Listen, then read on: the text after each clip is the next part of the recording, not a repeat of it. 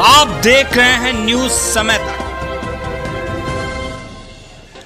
नमस्कार, आप देख रहे हैं न्यूज समय तक। आइए नजर डालते हैं आज की खास खबर पर। पौराणिक, ऐतिहासिक एवं स्वतंत्रता संग्राम की दृष्टि से महत्वपूर्ण स्थान फतेहपुर है। फतेहपुर जनपद दो प्रसिद्ध पवित्र नदियों गंगा यमुना के मध्य दोआबा में स्थित जनपद फतेहपुर के बारे में, जहां वर्ष 2011 की जनगणना के अनुसार फतेहपुर जनपद का क्षेत्रफल 4152 वर्ग किलोमीटर था। जनसंख्या 26,32,000 और साक्षरता 67.43% थी। जनपद में भृंगु ऋषि का आश्रम भिटौरा में, राजा हर्षवर्धन का नगर हंसवा, भक्त मोरध्वज की राजधानी मुराव तथा अश्वत्थामा की नगरी असोथर जनपद की ऐतिहासिक धरोहर का स्मरण कराती है। वहीं शाहजहां के शासनकाल में शाह शुजा और औरंगजेब के बीच भयानक युद्ध सन 1959 में इसी जनपद के खजुआ और जहानाबाद के बीच हुआ था। उस संस्कृति के अवशेष आज भी खजुआ जहानाबाद के आसपास मिलते हैं और खजुआ के बाग बादशाही किले का खंडहर नुमा हिस्सा आज भी मौजूद है। अब बात करते हैं भारत के प्रथम स्वतंत्रता संग्राम की, जो सन 1857 में जोधा सिंह अपने 50 साथियों के सहयोग से लड़ा था, जिसमें अंग्रेजी हुकूमत ने बर्बरता और निर्दयता की पहचान है। खजुआ में इमली का पेड़, जिसमें 52 लोगों को एक साथ 28 अप्रैल को फांसी दे दी गई थी। इनसे पहले 6 मार्च को ठाकुर दरियाव सिंह को भाई पुत्र भतीजे को जिला जेल में फांसी दी गई थी।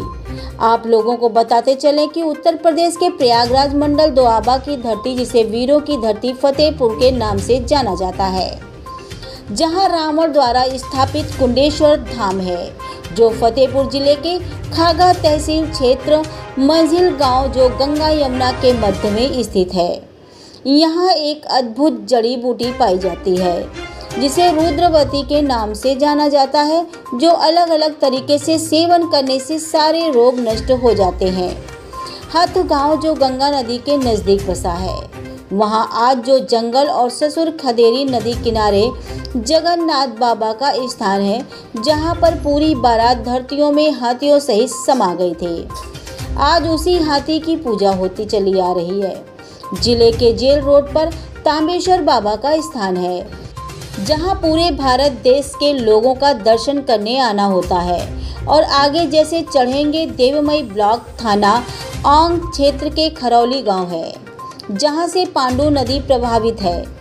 उसी नदी किनारे माता वैष्णो देवी नकटा रौली सिद्ध शक्तिपीठ स्थान है, जिनके पुजारी देशभक्त शिव सेवक वैष्णोदास शिवकरण, जो 25 मार्च 2022 से पावन वीर बलिदानी अमर शहीद सूरमाओं और जो देश की सुरक्षा व्यवस्था को मजबूत किए हुए हैं, उनकी सलामती के लिए पैदल वैष्णो देवी मां के चरणों में ध्यान लगाकर बराबर चल रहे हैं, जो निर्छल भाव से देश के लिए इतना बड़ा त्याग और समर्पण भाव से उन पहाड़ी जंगलों, नदी नालों, कंकड़ पत्थर से, चाहे गर्मी बारिश हो और इस समय बर्फीली इलाके से गुजर रहे हैं, जहां हर पल जंगली जानवर से डर बना रहता है।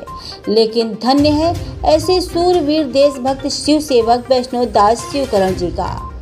सभी लोगों को धन्यवाद करना चाहिए कि अपनी जान की चिंता न करते हुए उन देवी जैसी माताओं बहनों की संतानों की सलामती के लिए पैदल वैष्णो देवी होकर चाइना मचेल बॉर्डर चंडी मां के दर्शन कर वीरों की सुरक्षा की अर्जी लगाने जा रहे हैं।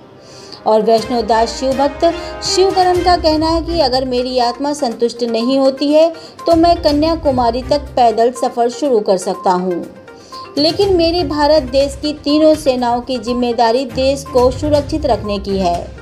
तो हम लोगों की भी जिम्मेदारी है कि देवी देवताओं की पूजा अर्चना कर जल, थल और वायु सेनाओं की सुरक्षा की सुबह शाम अर्जी लगाने की जरूरत है। इसी कामना के साथ जन जागरण अभियान चलाते हुए सभी तीर्थ स्थानों से होते हुए अब जम्मू प्रवेश करने वाले हैं। फतेहपुर से श्री राम अग्निहोत्री की ये खास रिपोर्ट। फतेहपुर जनपद का देश का प्रतिष्ठित सिद्धपीठ है। यहाँ की क्या मान्यता है तांबेश्वर बाबा की? रामेश्वर मंदिर ये भोले बाबा का एक प्रसिद्ध स्थान है जी। यहाँ पर जनपद के पूरे देशवासी देश भर से लोग आते हैं, यहाँ पे दर्शन करते हैं। श्रीमान जी, हम ग्राम खगौली पोस्ट मगाई थाना और जनपद फतेहपुर जो यह प्रयागराज मंगल में आता है, वहाँ से 25 मार्च 2022 से लगातार पदयात्रा पर चले हुए हैं। ये राष्ट्रीय संघ रक्षक सम्मान प्रार्थना परिवार जो हमारे लिए उस सीमा सरहद पर तीनों सेनाएं जल थल नभ की खड़ी रहती हैं। हम आप सब लोग तो यहाँ चैन की सांसें लेते हैं, सुख से रहते हैं, मगर वो लोग हर मौसम हर जगह गर्मी वर्षा पाला को सहते हुए वहाँ मौजूद रहते हैं। आखिर हम एक देवी देवता की पूजा करते हैं तो बदले में वह भी कुछ न कुछ हमें आगे बढ़ने की, सुख शांति रहने की, आगे बच्चों के खुद के लिए तरक्की में आगे बढ़ो आशीर्वाद देता है। और जो रात के दिन हमारे लिए ज़्यादा गर्मी वर्षा पाला सह के 20 किलो वजन उठाए अपने सरहद पे खड़े रहते हैं, हम लोग उन्हें क्या देते हैं? कुछ भी नहीं दे पाते। तो इसलिए हमें उन लोगों के लिए, अपने वीर सैनिकों के लिए कुछ कहना चाहिए कि वो लोग भी, उनके लिए ईश्वर से, दैवीय शक्ति से हम लोग प्रार्थना करेंगे, दैवीय शक्ति सुरक्षा शक्ति प्राप्त हो, वो लोग वहाँ हर कोई बड़े प्रसन्नचित्त रहें। और आज के समय में मैं विश्व कल्याण की एक आह्वान भी ले रखा है साथ में कि जो सभी लोग सबके साथ में न्याय हो और सबके साथ में एक अच्छे, सबके साथ में न्याय हो, सबके साथ में न्याय हो, सबके साथ में न्याय हो, क्योंकि उनके लिए भी हम लोग गांव गली खेत खलिहान में रहकर कम से कम 2 मिनट की उनके लिए प्रार्थना को कर ही सकते हैं कि वो सुरक्षित वहाँ पे बल हस्त पुष्प प्रसन्नचित्त रहें। और यही मेरा एक आह्वान है, यही मेरी पदयात्रा का उद्देश्य है। अब हमें यहाँ से आपके चंडीगढ़ कालका देवी होते हुए आपके मचेल माता जो वैष्णो माता से आगे 400 किलोमीटर आता है, वहाँ जाना है और एक धर्म ध्वजा माँ की वहीं चढ़ा करके आगे तिरंगा माँ भारती को वापस लेकर अपने ग्राम खगौली पोस्ट में खाना और जनपद फतेहपुर में अपने पहुँचना है। देखते रहे न्यूज समय तक। आप खबर दें, हम आपके पास तक खबर पहुंचाएंगे। गांव से शहर तक, शहर से देश तक, देश से विदेश तक।